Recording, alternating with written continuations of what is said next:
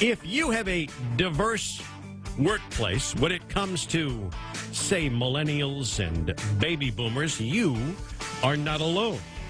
But just how do those different ages and workplace cultures play together to not only make nice, but to optimize productivity? Well, we'll talk to Jerry Acuff, sales and leadership analyst. If you, like our business, have a mixed workplace, meaning a variety of age groups, like, for instance, millennials and baby boomers, would like to learn a little something about just that, sales and leadership analyst with Fox News Radio, Jerry Acuff, joins us on the program. Jerry, welcome. And let's talk about how different groups can get together, because specifically, baby boomers and millennials think about, approach, and produce things at work very differently. What should we know?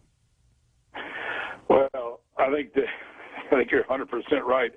You know, and the truth is there's 79 million millennials, and they make up a huge percentage of the workforce now, and certainly in the foreseeable future will be the dominant part of the workforce. So for us baby boomers, and I'm a baby boomer, it's really important to sort of understand how they think.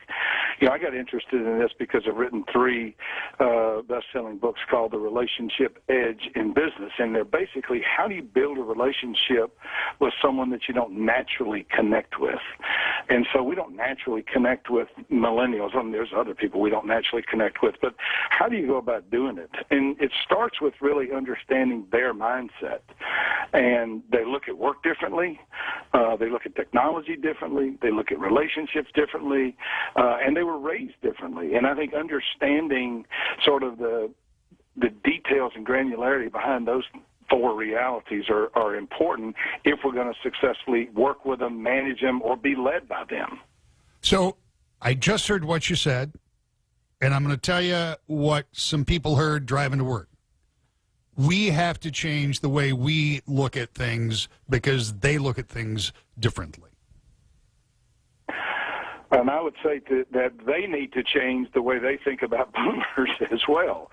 I mean, the reality is, influence, persuasion, selling, anything where you're trying to get somebody to see your point of view. I always go back to the simple thing I heard a long time ago.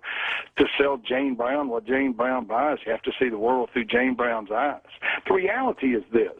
The reality is everybody's different. It's not just generational difference, where we're all different from each other because our life experiences, both real and imagined, were different. And if you're going to understand another person, it's pretty helpful to try and understand, how was that person created? What were the life experiences that led them to being who they are? So I think there's a boatload of opportunity for understanding on the millennials' part to understand what it's like, what the work is like, and what does work mean to the baby boomers that are still in the workforce. In some cases are people that are working for them. And I think the reverse is true. The baby boomer need to really start thinking about, how do we learn more about this generation? My advice is get a millennial as a mentor. I have a millennial as a mentor.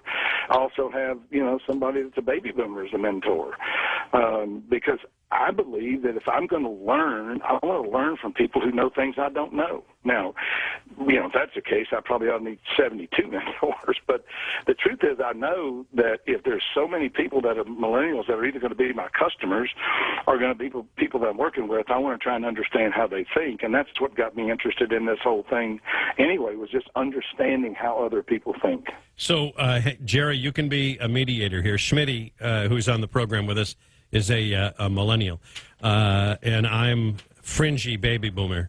So, Lauren, work starts at 5. When would you like to come in? How'd I do? The truth is, she doesn't really want to come in. She preferred to do it from home.